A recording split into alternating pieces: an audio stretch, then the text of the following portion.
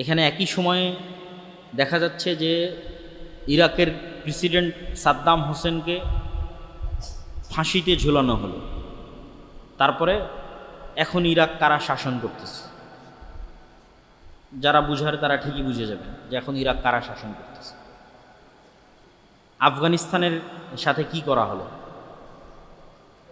এবং ইরান এবং ইসরায়েলের যে সীমিত দ্বন্দ্ব, এটাতে আসলে কে ফায়দা পাচ্ছে, কারা উপকার নিচ্ছে, কারা ক্ষতিগ্রস্ত হচ্ছে, এগুলো আসলে অনেক প্রশ্ন। এগুলো ডিটেলস এবং ডাইরেক্ট অ্যান্সার দেওয়া যে কোনো সময় আমরা এই উত্তরগুলো দিতে গিয়ে ভুল করতে পারি। তো আল্লাহ সুবহানাহু ওয়া তাআলা আমাদেরকে সব বিষয়ে কথা বলতে হবে, সব বিষয়ে মন্তব্য করতে হবে। আমি সবই জানি এরকম চিন্তা চেতনা এবং এরকম মন মানসিকতা থেকে বেরিয়ে আসার তৌফিক দান করুক। আমাদের সালাফরা অসংখ্য প্রশ্নের উত্তরে বলতেন যে না, আমি এই প্রশ্নের উত্তর জানি না, সবই যে আমাকে জানতে হবে, সব প্রশ্নের উত্তর যে আমাকে দিতে হবে, এটা জরুরি না। মুহররমের রোজা একটি রাখলে বেশি সওয়াব নাকি দুইটা রাখলে, এ নিয়ে মানুষের মাঝে বিতর্ক দেখা যায়। মুহররমের সিয়াম মূলত একটা,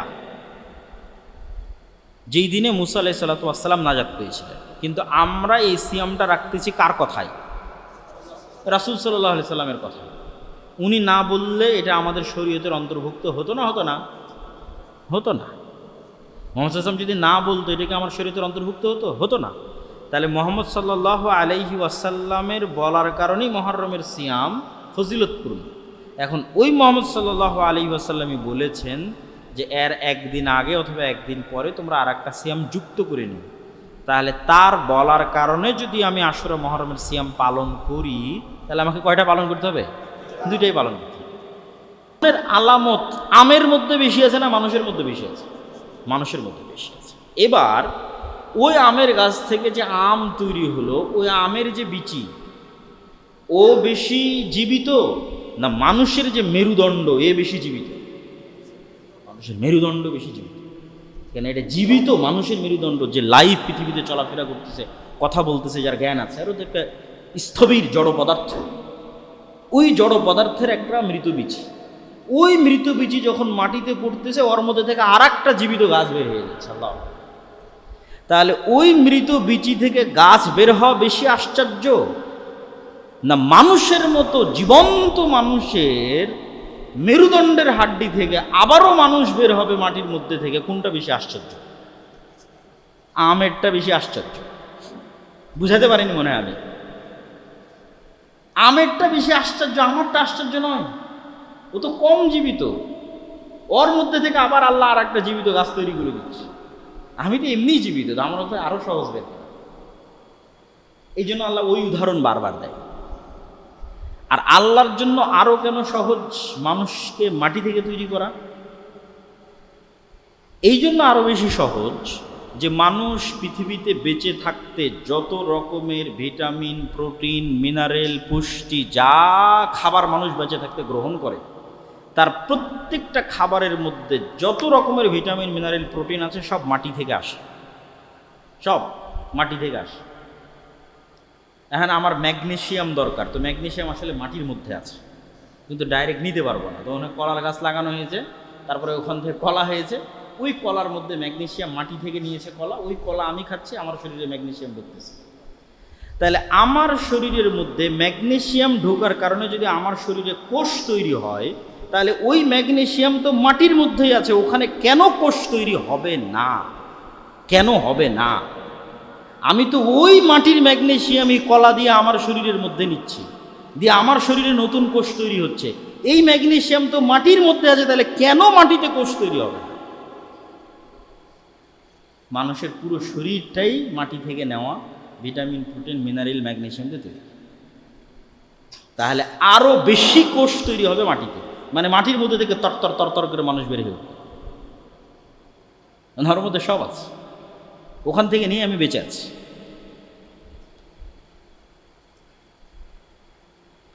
তা আমরা যে আলোচনায় ছিলাম, যে আলোচনা থেকে আলোচনায় আসলাম, যে নূর সত্য এবং নূর বাস্তব, যদিও আমরা আমাদের এই সচক্ষে দেখতে না পাই, কিন্তু এটার উপর ঈমান রাখতে হবে। আর এই নূরের পৃথিবীতে, বর্তমান পৃথিবীতে একমাত্র উৎস কি? একমাত্র উৎস হচ্ছে কোরআন, কোরআন হাদিস। তো আজকে আমাদের বক্তব্যের মূল বিষয়বস্তু ছিল কোরআনের তাৎপর্য এবং গুরুত্ব। তার একটা মোটামুটি ধারণা আপনাদের কাছে দেওয়ার চেষ্টা করলাম। এখন এই কোরআন উম্মতে মুহাম্মাদিকে দেওয়া হয়েছে এবং এই কোরআনের সাথে উম্মতে মুহাম্মাদির ভাগ্য নির্ধারণ করে দেওয়া হয়েছে। ইন্নাল্লাহা ইয়ারফাউ বিহাদাল কিতাবি আকওয়ামান ওয়া ইয়াদউ বিহি আখারিন। এই কিতাবের গুরুত্ব এবং মর্যাদা আমার এবং আপনার কাছে যা হবে, আমার এবং আপনার জাতিগত ভাগ্য তাই নির্ধারিত হবে পৃথিবীতে। এই কোরআন যদি আমার কাছে অবমূল্যায়িত হয়, তাহলে আমরা সারা পৃথিবীতে অবমূল্যায়িত হব। আপনি আমাদের ভাগ্য বুঝতে পারবেন কোরআনের মূল্য দেখে, অথবা আমাদের অবস্থা দেখে বুঝতে পারবেন আমাদের কাছে কোরআনের মূল্য। তথা রোহিঙ্গাদের গুরুত্ব মায়ানমারের কাছে যা, গাজার ফিলিস্তিনের মানুষের গুরুত্ব ইসরায়েলের কাছে তা, এইটা আসলে কোরআনের গুরুত্ব মুসলমানের কাছে। কোরআনের গুরুত্ব ওই জায়গায় চলে গেছে, এই জন্য জাতিগতভাবে আমার গুরুত্ব ওই জায়গায় চলে গেছে। এবং এইটার বাস্তব উদাহরণ যদি দেখতে চান, তাহলে এই যে রানিং যে বিশ্বকাপ চলতেছে এটার মধ্যে দেখতে পাবেন। আল্লাহ সুবহানাহু ওয়া তাআলা কোরআন মাজিদের একটা আয়াতে বলতেছেন, সূরা বাকারার মধ্যে, ওয়া মিনান নাসি মান ইয়াত্তাখিযু মিন দুনিল্লাহি আনদাদা ইউহিব্বুনাহুম কাহুব্বিল্লাহ। মানুষের মধ্যে এমনও কিছু মানুষ আছে যারা অন্য আর এক মানুষকে এইভাবে ভালোবাসে যেইভাবে আল্লাহকে ভালোবাসা উচিত। মানুষের মধ্যে এমনও মানুষ আছে যারা অন্য মানুষকে ওইভাবে ভালোবাসে যেভাবে কাকে ভালোবাসা উচিত? আল্লাহকে ভালোবাসা। ওয়াল্লাযীনা আমানু আশাদ্দু হুব্বান লিল্লাহ। তবে যাদের অন্তরে ঈমানের নূর আছে, এরা সবচেয়ে বেশি ভালোবাসে কাকে? আল্লাহ সুবহানাহু ওয়া তাআলা। ওয়ালাউ ইয়ারাল্লাযীনা যালামু ইয ইয়ারাউনাল আযাবা আন্নাল কুওয়াতা লিল্লাহি জামিআ। আওয়াজ বেশি হয়ে গেল ভাই, তো এখানে কষ্ট হবে তো শুনতে। আন্নাল কুওয়াতা লিল্লাহি জামিআ। যেই দিন জালেমরা দেখবে যে সকল ক্ষমতার মালিক তো আল্লাহ, সকল ইজ্জতের মালিক তো আল্লাহ, যেদিন এই দৃশ্য প্রকাশ পেয়ে যাবে, এক নাম্বার। দুই নাম্বার আর কি প্রকাশ পাবে? ইজ তাবাররা আল্লাযীনা তুবিউ মিনাল্লাযীনা ইত্তাবাউ ওয়া রাআউল আযাবা ওয়া তাকাত্তাআত বিহিমুল আসবাব। এরা দুনিয়াতে যাদের ফ্যান ফলোয়ার ছিল, ওই সমস্ত ভাইরাল জনপ্রিয় ব্যক্তিত্ব পার্সোনালিটিরা কিয়ামতের মাঠে এদের থেকে সম্পর্ক ছিন্ন করে দিবে। আমি তো চিনি না এরা কারা, আমি তো এদেরকে বলিনি আমার অনুসরণ করতে, কেন কিয়ামতের মাঠের ভয়াবহতায় এটা করবে। তাহলে দুটো জিনিস ঘটলো, এক, কিয়ামতে দেখতেছে সব শক্তি ক্ষমতা আল্লাহ। দুই নম্বর কি দেখতেছে? ও যার ভক্তি এবং শ্রদ্ধা করত, সে বলতেছে আমি তো চিনি না, তুমি কে? তখন এবার এই সমস্ত ফ্যান ফলোয়ারেরা বলবে, ওয়াকাল আল্লাযীনা ইত্তাবাউ লাউ আন্না লানা কাররাতান ফানাতাবাররা মিনহুম কামা তাবাররাউ মিন্না। যদি আল্লাহ আর একবার পৃথিবীতে যাওয়ার সুযোগ দিত, তাহলে আজকে কিয়ামতের মাঠে ওরা যেভাবে আমাদের থেকে সম্পর্ক ছিন্ন করলো, দুনিয়াতে ফিরে গিয়ে এদের থেকে আমরা ওইভাবে সম্পর্ক ছিন্ন করতাম যে তোদেরকে আমরা চিনি না, তোরা কারা। কিন্তু তখন তো আর পৃথিবীতে ফিরে আসার সুযোগ নেই। তাহলে কোনো মুসলিম যুবক, কোনো মুসলিম তরুণের অন্য কোনো ব্যক্তি আল্লাহ এবং আল্লাহ রসুল ছাড়া অন্য কোনো ব্যক্তির প্রতি মাত্রাতিরিক্ত ভালোবাসা শুধুমাত্র খেলার কারণে, এইটার প্রমাণ বহন করে যে আমাদের সমাজে কোরআন কোন জায়গায় আছে। আমরা কোরআনের শিক্ষা মানুষের অন্তরে কি পর্যন্ত নিয়ে যেতে পেরেছি। জাতিগতভাবে কোরআন অমান্য করলে আযাবের শিকার হতে হবে। আল্লাহ অতীতে সকল কিতাব অমান্যকারী জাতিকে আযাব দিয়েছে। উম্মতে মুহাম্মাদির আযাব কি? আল্লাহ একই স্টাইলের আযাব বারবার দিয়েছেন এরকম নজির পাওয়া যায় না, খুব কম। যেমন নূহ আলাইহিস সালামের কওমকে বন্যায় ডুবিয়ে মেরেছে, পরে আদ সামুদ এদের কওমকে কিন্তু আর বন্যায় ডুবানো হয়নি। তাহলে আদ সামুদের কওমকে কিভাবে ধ্বংস করেছে? কাউকে বিকট আওয়াজ দিয়ে আর কাউকে বিশাল ঝড়ো বাতাস দিয়ে। আসহাবুল ফিলকে কিভাবে ধ্বংস করেছে? আকাশ থেকে পাথর বর্ষণ করে। কওমে লুতকে কিভাবে ধ্বংস করেছে? পৃথিবী উল্টিয়ে। এই মাইকে আওয়াজ হচ্ছে না? হ্যাঁ, তাহলে কি এটা অন করা নাই নাকি?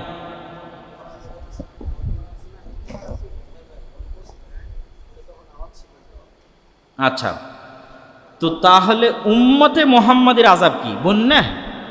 উম্মতে মুহাম্মাদের আযাব কি? শহর উল্টে যাওয়া, ভূমিধস, ভূমিকম্প? না, উম্মতে মুহাম্মাদির আযাবের ধরন ভিন্ন। সেটা কি? সেটা যে উম্মতে মুহাম্মাদির উপর ভিন্ন জাতিকে চাপিয়ে দেওয়া হবে।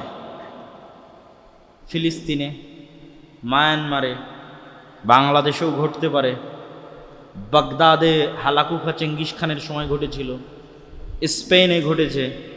ভিন্ন জাতি ওদের উপর শাসক হয়ে যাবে এবং ওদেরকে কচুকাটা করবে। এইটা হলো উম্মতে মুহাম্মাদির কোরআন পরিত্যাগ করার শাস্তি, জাতিগত আযাব। উম্মতে মুহাম্মাদির জাতিগত আযাব বন্যা নয়, ভূমিকম্প নয়, ভূমিধস নয়, ঝড় নয়, বিকট আওয়াজ নয়। উম্মতে মুহাম্মাদির আযাব হচ্ছে ভিন্ন জাতি তাদেরকে শাসন করবে। তাহলে আল্লাহ সুবহানাহু ওয়া তাআলার আযাব থেকে বাঁচতে চাইলে, জান্নাতে যেতে চাইলে, নূর অর্জন করতে চাইলে আমাদের প্রথম রাস্তা হচ্ছে কোরআনের কাছে ফিরে আসা। এই জন্য আমি অনেক আগে, আজ থেকে 2-3 বছর আগে দাওয়াতি সফর শুরু করেছিলাম, ধারাবাহিক মসজিদ ভিত্তিক, একটা লক্ষ্য উদ্দেশ্য নিয়ে যে প্রত্যেক মসজিদে মক্তব থাকতে হবে। এবং বহু জায়গায় এরকম বক্তব্য দিয়েছি যে মসজিদের এসি বিক্রি করে হলেও মক্তবের শিক্ষক ভালো মানসম্মত বেতন দিয়ে রাখতে হবে। কেননা ইসলামের মূল নূর যেটা দিয়ে ইসলাম টিকে থাকবে, এটা হচ্ছে কোরআন। এইটা যদি আমি মানুষকে না শিখাতে পারি, আর মসজিদ যদি স্বর্ণ দিয়েও তৈরি করি, একদিন এই মসজিদে মুসল্লি হারিয়ে যাবে।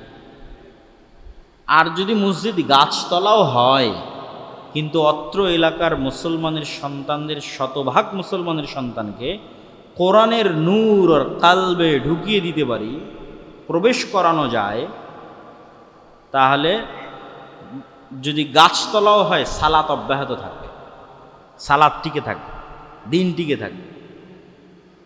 এই জন্য মূল মাকসাদ এবং সর্বোচ্চ গুরুত্ব দেওয়া উচিত মসজিদগুলোকে শিক্ষার উপর। ব্রাকের এরকম হাজার হাজার মসজিদ নাই, এরকম এসি বিল্ডিংওয়ালা রুম নাই। আমরা তো এগুলো অটো পাইছি, অটো মানে আল্লাহ ইসলামের সিস্টেমটা এইভাবে করেছে, এইটার মধ্যে দিয়ে ইসলাম দাঁড়িয়ে থাকে। এই জন্য 5 ওয়াক্ত সালাতের ব্যবস্থা, এই জন্য মসজিদের ব্যবস্থা। তো ব্রাকের কিছু না থাকার পরও হাজার হাজার স্কুল ভাঙ্গা বেড়া, ভাঙ্গা টিন দিয়ে চালাচ্ছে কেন? ব্রাকের স্কুল ভাঙ্গা বেড়া, ভাঙ্গা টিন, ভাড়া জায়গা নিয়ে কেন চালাচ্ছে? তার মানে শিক্ষাটা আসল।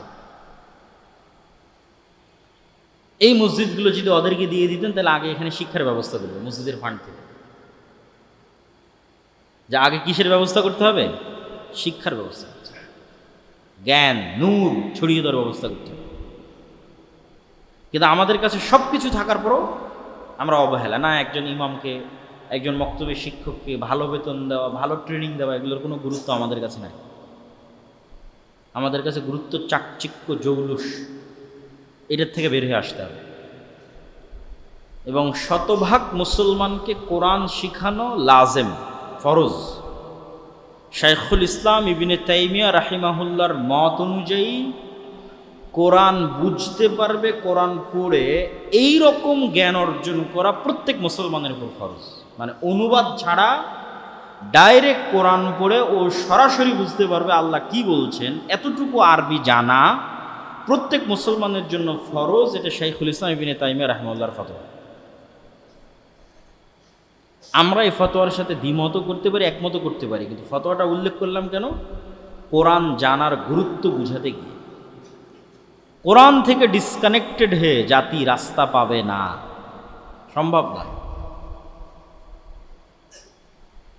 তো কিভাবে আমাদের সমাজে কোরআনের শিক্ষা ছড়িয়ে দেওয়া যায়, শতভাগ মুসলমানের সন্তানকে কোরআন শিখানো যায়, মসজিদগুলোর মূল কাজ শিক্ষার আয়োজন হোক, এটা কেমনে করা যায়, এটা আমি মনে করি যে আমাদের সকলের, যেহেতু আজকে আপনাদের এই মসজিদে এসেছি, আমি আমার বক্তব্যে এটাই উদাত্ত আহ্বান জানাবো যে আপনারা মসজিদে শিক্ষার প্রতি সবচেয়ে গুরুত্ব দেন। হয়তো থাকতে পারে আরও ভালো করার চেষ্টা করেন, পুরস্কারের আয়োজন করেন, প্রতিযোগিতার আয়োজন করেন, যেন এই এলাকার একজন মুসলমানের সন্তানও এমন না থাকে যে কোরআন জানে না।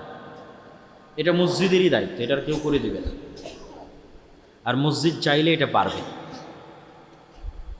এই জন্য মসজিদ ভিত্তিক মক্তব বিপ্লব সৃষ্টি করার পূর্ব শর্ত।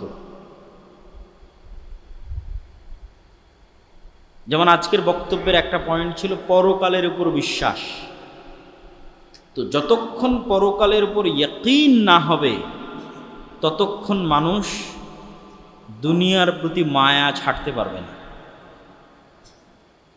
আসহাবুল উখদুদের ঘটনা বলতে গিয়ে আল্লাহ বলছেন, কুতিলা আসহাবুল উখদুদ, যে সামনে জ্বলন্ত আগুন, তাদের সামনে দুটো চয়েস, হয় আগুনে ঢুকে যাও